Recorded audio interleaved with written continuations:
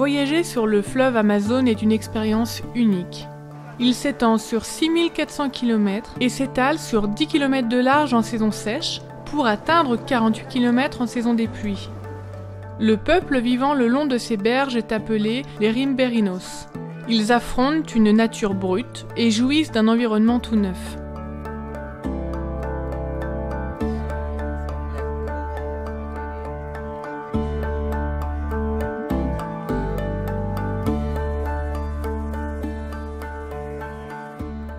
Amair Jesus est un Riberino qui vit près du fleuve dans la communauté de Rosa de Saron. C'est un membre d'église actif qui croit fermement qu'il a sa part à faire dans l'accomplissement de la mission ordonnée par Jésus.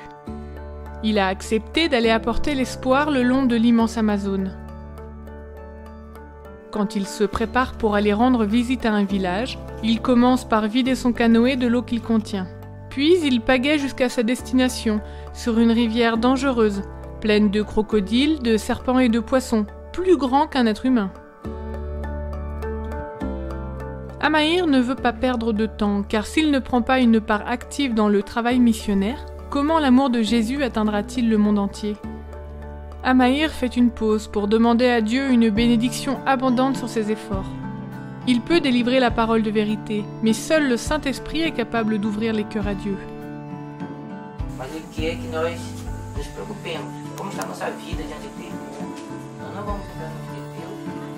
En ce moment, de Lourdes traverse des difficultés, mais le message qu'elle entend semble doux à ses oreilles. Amair lui parle d'une maison et d'un nouveau monde, où tout sera parfait, un endroit où n'existeront plus la souffrance, le chagrin et les larmes. À la fin de l'entretien, tous deux prient et demandent à Dieu la paix et la bénédiction sur cette famille. À l'extérieur, un groupe d'enfants joue.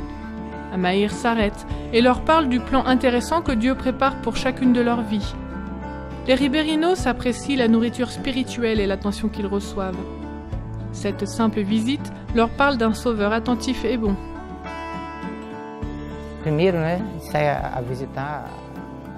Au départ, quand nous allions rendre visite aux gens dans les villages que nous connaissions, nous essayions d'identifier leurs besoins et de les aider un peu dans la mesure de nos moyens. De cette façon, nous en avons fait des amis. Ensuite, nous leur avons présenté la parole de Dieu. Nous savons que ce sont des gestes de bienveillance qui font tomber les barrières. Ainsi, nous pouvons leur apporter l'Évangile.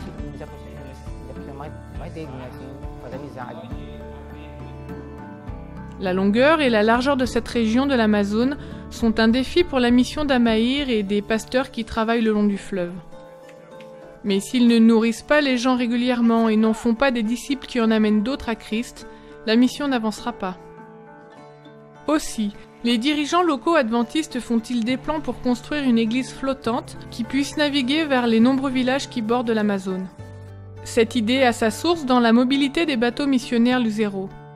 À présent, une forme particulière d'église flottera pour rapprocher les Riberinos d'un pasteur adventiste et des membres actifs comme Amair. Imaginez une congrégation adventiste du 7e jour flottant d'un village à l'autre chaque sabbat. Ce pourrait être la première église flottante au monde, naviguant sur les eaux sombres de l'Amazone et brillant de l'espoir que Jésus apporte. Priez pour cette église flottante sur l'Amazone, et souvenez-vous-en lors de l'offrande du 13e sabbat de ce trimestre.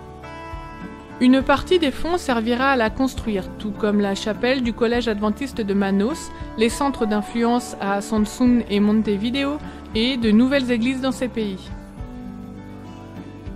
Merci pour votre participation aux missions adventistes.